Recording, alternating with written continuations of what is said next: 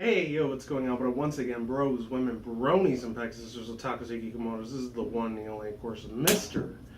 Nintendo Sony Virtual 111, aka Citizen Guy 2009. Of course, you guys are Western Neuters. Stand up, check out freedom.com. Of course, children and on that. If you need people who are interested in this first program, best partnership ever had, like a shit. Links to the description box down below. I take shots. I have any people who are interested in this first program, all that content program stuff, that's our partnership ever had, like a shit. Without further ado, let's begin. Hopefully, it's on the right track.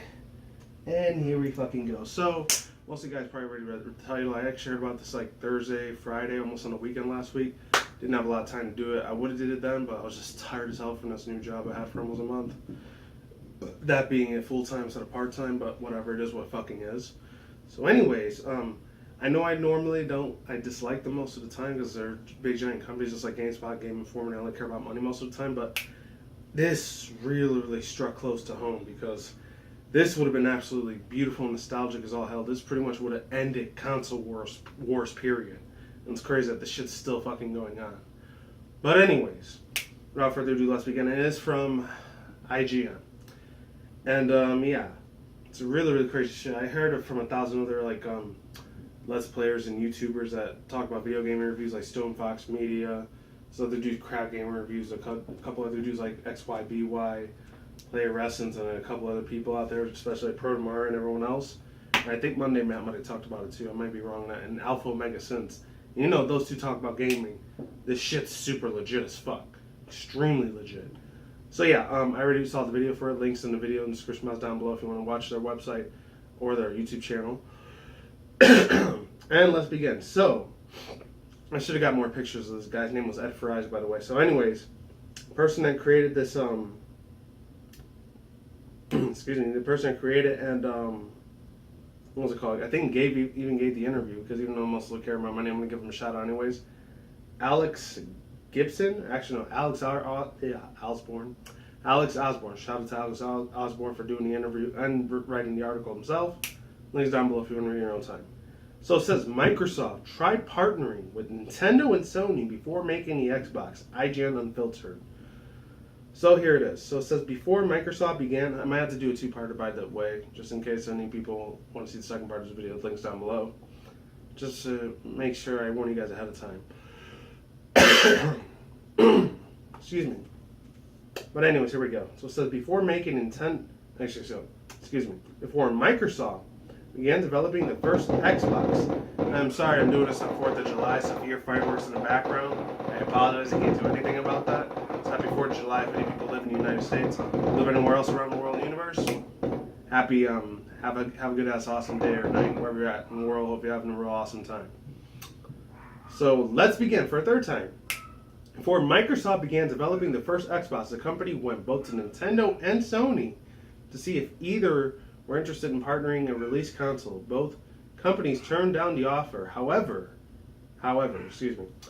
when asked about the latest episode of IGN Unfiltered, whether or not Microsoft ever considered buying, Nintendo Xbox co-creator Ed Fries replied, and he says in quotation marks, quote unquote, when we first started thinking about it, doing an Xbox, when we first started thinking about doing Xbox, we met with Nintendo and we sat down with Iwata and the others, and we said, this is what we want to do. Could we partner? Could we work together on this? And basically they said no, unquote. Fries went on to note that Microsoft offered to handle the software and networking side of things while Nintendo would be in charge of the hardware. And they could team up to release a product, but the company wasn't interested. Afterwards, and goes on to say in the second paragraph, Microsoft made a similar pitch to Sony. Then Bill Gates met up with Sony. Fries added, same deal, and he says in quotation marks, quote, same deal. And we worked together and could we partner? And they also said no, unquote. Xbox co-creator then circled back to the original question to dispel rumors that Microsoft ever considered purchasing Nintendo, and they said, and it says, quote, if anyone ever thought about buying Nintendo, I never heard of that, unquote. For more on the early days of Xbox, including the fascinating story behind the inspection, stay tuned for IGN, a full episode of Unfiltered that goes live next week. This is another episode of this. I might catch that one. Who knows? Overall thoughts, views, and opinions. Let me get my Powerade drink on before I keep continuing, before I lose my fucking voice. I'm sorry, it's like the fourth video I do. I can only do like 1 or 2 videos a day. I rarely ever do 4, but since it's a special occasion, 4th of July, I'm doing it for you guys. This is what I think. Like I said before earlier in this video, they could have literally just ended the console wars right here, right now.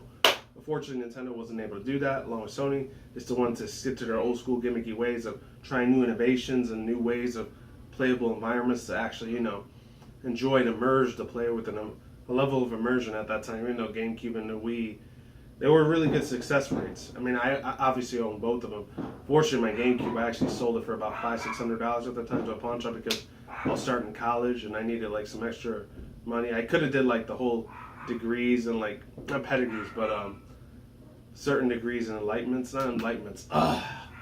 It's something else, like inspection degrees, certain like special certifications and all those, but I didn't really want to do it. I felt like that was a fucking scam artist shit to do. Everyone's entitled to their own opinion about college. But other than that, let's get back to this. This shit would have been absolutely fucking phenomenal, man. I mean, you would have had like freaking Microsoft Xbox, the original one, the OG one. Actually, I owned the original Xbox back in the day before it became 360.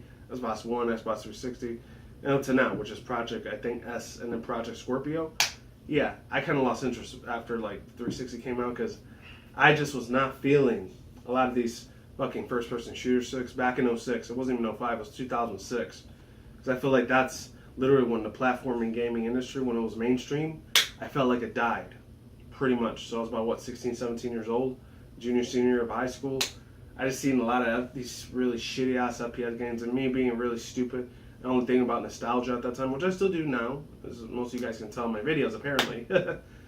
I mean, I do like a few first-person shooter games. I think about the time it was about 2012, 2013, like the first, second year I started up this YouTube channel, I had a little bit more of a respect to certain first-person shooter games like Killing Floor 1 and 2, Left 4 Dead, a lot of like the horror sci-fi type of genres, and a couple other ones, even old school ones besides Counter-Strike, like the newer ones, like a lot of the freaking Killzone series. What else? Along with a few of the COD games like Black Ops 1, 2, and 3. I started having a little bit more of a liking to it. And El Diablo. Diablo 1, 2, and 3. I'm not sure that was FPS or just MMORPGs. I got a lot more bigger than JRPGs after a while. Even though I sucked ass at them, but still, they're really, really awesome. Of course, I still love platform games. I still love the shit out of racing games, fighting games, platformers. Those will always be the top fucking 3 old school genres and new school, modern day genres of video games I will always stay fucking attached to, regardless of when it was us. This is before VR virtual reality was around too. I mean, it was around at that time, just the 90s. It's just they didn't have the technology that we have today.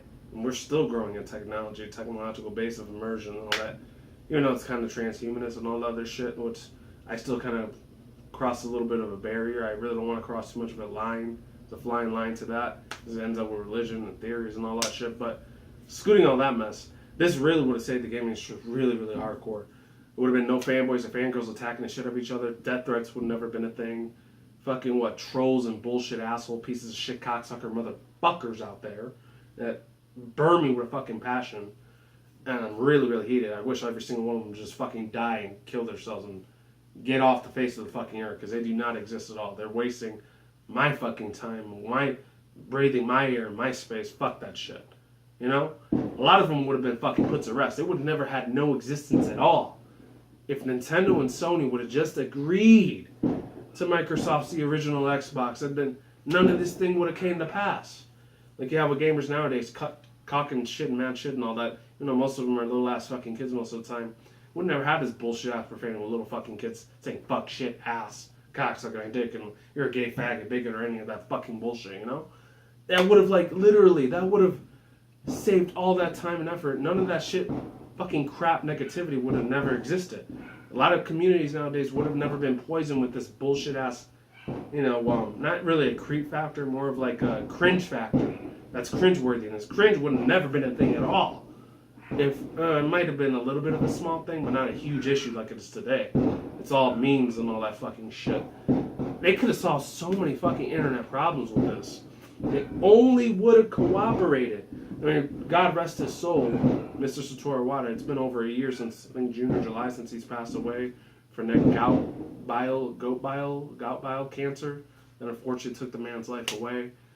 I got much mad respect to him. And Mr. Yoshida, or I don't know who the hell the Sony PlayStation vice president or original president was for Sony at that time in the late 90s, early 2000s was. But holy shit, this really would have changed the way that we would have been gaming. Everyone would have loved the exact same platform. The only other competitor that would have been around was PC gamers.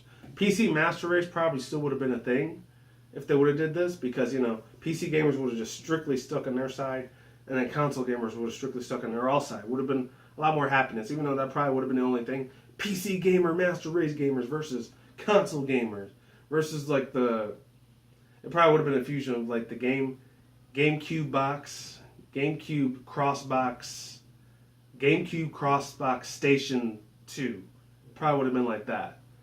Or GameCube Crossbox, GameCube Xbox, Cross PS2, some giant fusion of a word I'm probably not going to be able to pronounce.